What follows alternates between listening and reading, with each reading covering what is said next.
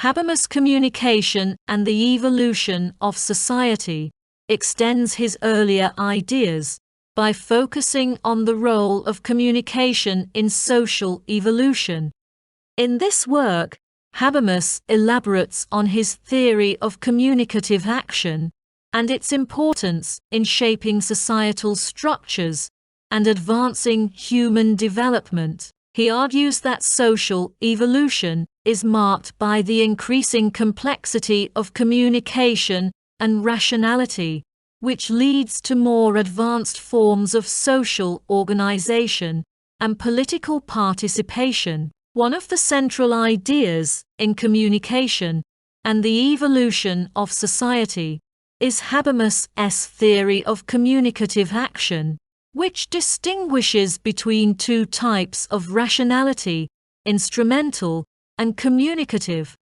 Instrumental rationality refers to goal-oriented strategic thinking aimed at achieving specific outcomes, often in the realms of economics or administration. This type of rationality is characteristic of modern capitalist societies, where efficiency and control dominate decision-making processes.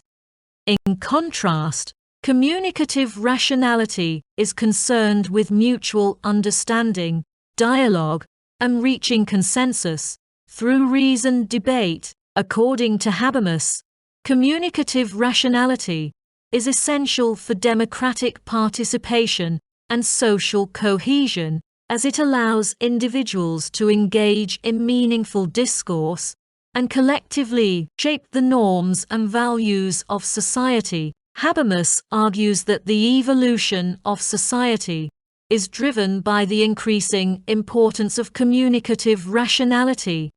In early human societies, communication was primarily instrumental, focused on coordinating immediate survival needs and addressing practical problems. However, as societies became more complex, the need for broader forms of social organization and cooperation emerged. This shift necessitated more sophisticated forms of communication, where individuals could engage in dialogue about shared values, norms, and collective goals. Over time, communicative rationality became a crucial aspect of social life, enabling more inclusive and democratic forms of governance. In addition to the distinction between instrumental and communicative rationality, Habermas introduces the concept of life world and system. The life world refers to the everyday, lived experiences of individuals, where social interactions and cultural norms are shaped through communication. It is the domain in which people build shared understandings, identities, and social bonds. The system, on the other hand, refers to the formal structures of society, such as the economy and the state, which are governed by instrumental rationality and focus on maintaining order and efficiency. Habermas argues that the evolution of society involves an ongoing tension between these two spheres, as the system increasingly encroaches on the life world, leading to alienation and social fragmentation. Habermas' theory of social evolution is deeply rooted in his understanding of historical development. He draws on the work of sociologists like Max Weber and Emil Durkheim, who emphasize the role of rationalization in shaping modern societies. However, Habermas departs from these thinkers by arguing that rationalization is not a purely instrumental process. Instead, he contends that communicative rationality plays an equally important role in shaping the moral and cultural dimensions of society. As societies evolve, they must balance the demands of instrumental rationality with the need for communicative action. ensuring that individuals can participate meaningfully in shaping the norms and values that govern their lives. A significant aspect of Habermas' analysis is his critique of modernity. He argues that modern capitalist societies are increasingly dominated by instrumental rationality, which has led to the colonization of the life world. This colonization occurs when the logic of the market and bureaucratic control encroaches on the domain of personal relationships, culture, and everyday life. As a result, social interactions become more impersonal and governed by economic and administrative imperatives, rather than by shared values and mutual understanding.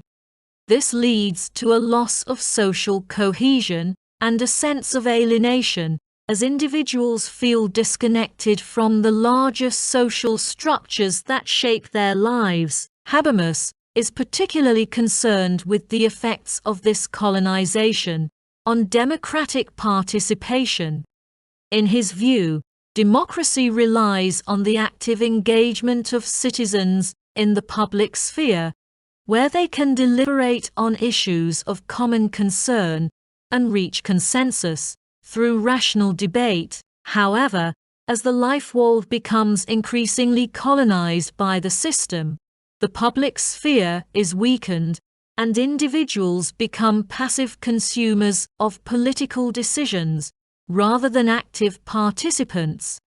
This undermines the legitimacy of democratic institutions, as citizens feel that their voices are not being heard, or that they have little control over the decisions that affect their lives. Despite these challenges, Habermas remains optimistic about the potential for communicative action to restore democratic participation and social cohesion.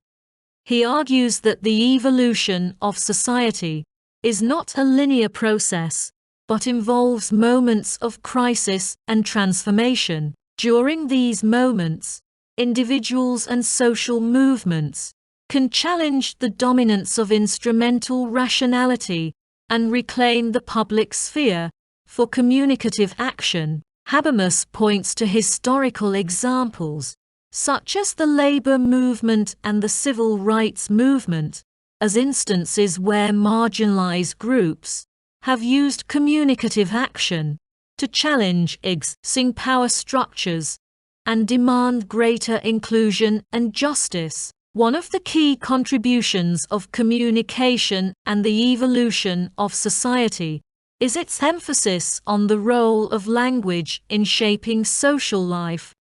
Habermas argues that language is not just a tool for transmitting information, but is also a medium for creating social bonds and building shared understandings. Through language, individuals can engage in dialogue about their needs, desires, and values, and collectively shape the norms that govern their interactions.